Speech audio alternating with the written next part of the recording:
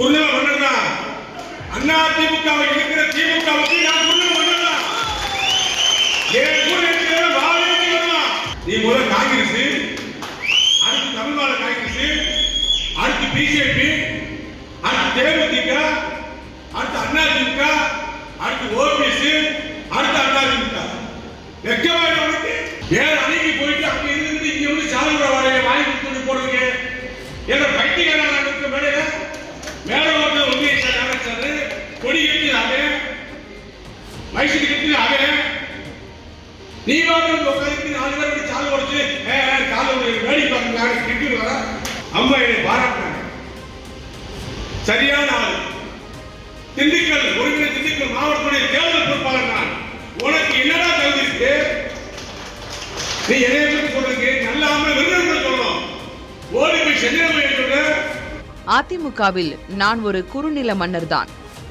எனக்கு பின்னால் உள்ள அதிமுக தொண்டர்கள் வாள் ஏந்திய படை வீரர்கள் போல உள்ளனர். நீ செய்வதெல்லாம் பார்த்து கொண்டே இருக்க நான் கிறுக்கனோ பைத்தியக்காரனோ அல்ல. தொலைத்து விடுவேன். என்னை பற்றி பேச வேண்டும் என்றால் விருதுநகரில் வைத்து பேச வேண்டும். சென்னையில் சென்று ஏன் பேசுகிறார் மாஃபா பாண்டியராஜன்? அதிமுக நிர்வாகிகள் கூட்டத்தில் இவ்வளவு பகிரங்கமாக மிரட்டல் விடுத்திருப்பவர் முன்னாள் அமைச்சரும் விருதுநகர் மேற்கு மாவட்ட செயலாளருமான ராஜேந்திர பாலாஜி.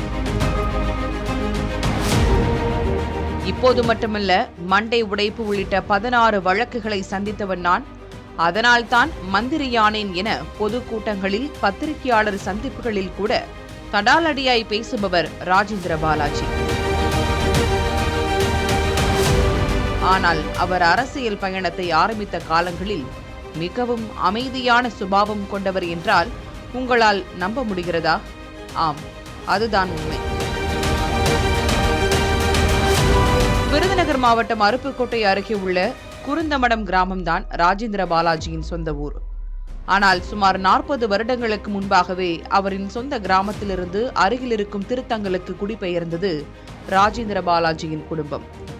10வது வரை படித்திருக்கும் ராஜேந்திர பாலாஜி ஆரம்பத்தில் போஸ்டர் ஓட்டும் வேலைக்கு சென்றார். அதேவேளை தீவிர எம்ஜிஆர் ரசிகரான அவர் அதிமுக பொதுக்கூட்டங்கள் அந்த சுற்றுவட்டாரத்தில் எங்கு நடந்தாலும் முதல் ஆளாக ஆஜராகி விடுவார்.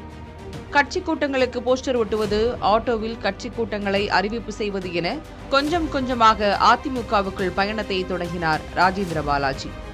கடவுள், ஜோதிடம் ஆகியவற்றின் மீது தீவிர நம்பிக்கை கொண்ட ராஜேந்திர பாலாஜி ராஜேந்திரன் என்கிற தன் பெயரையும் ராஜேந்திர பாலாஜி என மாற்றிக்கொண்டார். அப்போதெல்லாம் அதிர்ந்து கூட பேசாதவர் என பெயரெடுத்தவர் ராஜேந்திர பாலாஜி. அரசியலில் அடுத்த பரிமாணத்துக்கு தயாரானார்.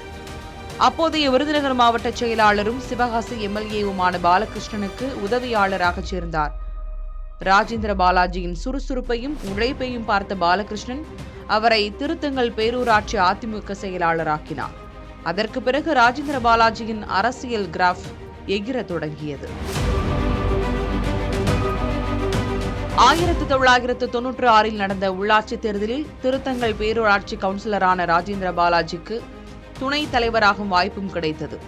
தொடர்ந்து பொருளாதார ரீதியாகவும் அடுத்த கட்ட வளர்ச்சி அடைந்தார் ராஜேந்திர பாலாஜி. அப்போது அதிமுக மாநில மாணவர் அணி செயலாளராக இருந்த RB உதயகுமார் மூலமாக சசிகலா குடும்பத்தினரின் அறிமுகம் கிடைக்கிறது. தொடர்ந்து 2011 நடந்த சட்டமன்ற தேர்தலில் போட்டியிடும் வாய்ப்பும் கிடைக்கிறது. மறுபுறம் விருதுநகர் மாவட்ட செயலாளராகவும் உயர்கிறார் ராஜேந்திர பாலாஜி. அப்போது அமைச்சராக இருந்த RB உதயகுமாரின் பதவி பறிக்கப்பட விருதுநகர் மாவட்டத்துக்கு பிரதிநிதித்துவம் அளிக்கும் வகையில் ராஜேந்திர பாலாஜி அமைச்சராக்கப்படுகிறார். செய்தி மற்றும் சிறப்பு பணிகள் செயலாக்கத்துறை அவருக்கு கிடைக்கிறது.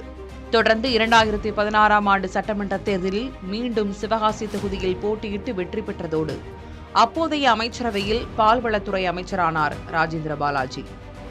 ஜெயலலிதாவின் மறைவுக்கு பிறகு மோடிதான் எங்கள் டாடி, அமெரிக்க அதிபர் டிரம்பே இரட்டை இலை சின்னத்தை தான் காட்டுகிறார், எனக்கு திராவிடமும் தெரியாது பெரியாரும் தெரியாது, எனக்கு தெரிஞ்சதெல்லாம் எம்ஜிஆர் படங்கள் தான் என பேசி சமூக வலைதளங்களில் ட்ரெண்டிங்கில் இருந்தார் ராஜேந்திர பாலாஜி. 2021 தேர்தலில் ராஜபாளையம் தொகுதியில் போட்டியிட்டு 4000 வாக்குகள் வித்தியாசத்தில் தோல்வியை தழுவினார்.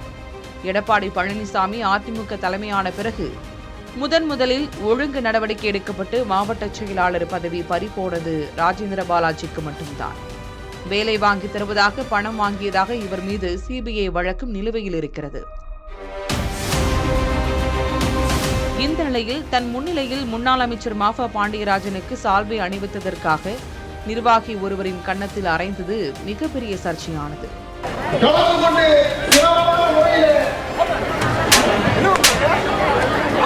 அந்த விவகாரம் குறித்துதான் ஆரம்பத்தில் பார்த்த விளக்கத்தை கொடுத்திருக்கிறார். அரசியல் பயணத்தின் ஆரம்ப காலங்களில் அதிர்ந்து கூட பேசாதவர் என பெயரெடுத்த ராஜேந்திர பாலாஜி தான் இப்போது எதை பற்றியும் கவலைப்படாத அடாவடியாக பேசக்கூடிய ராஜேந்திர பாலாஜியாக அவதாரம் எடுத்திருக்கிறார்.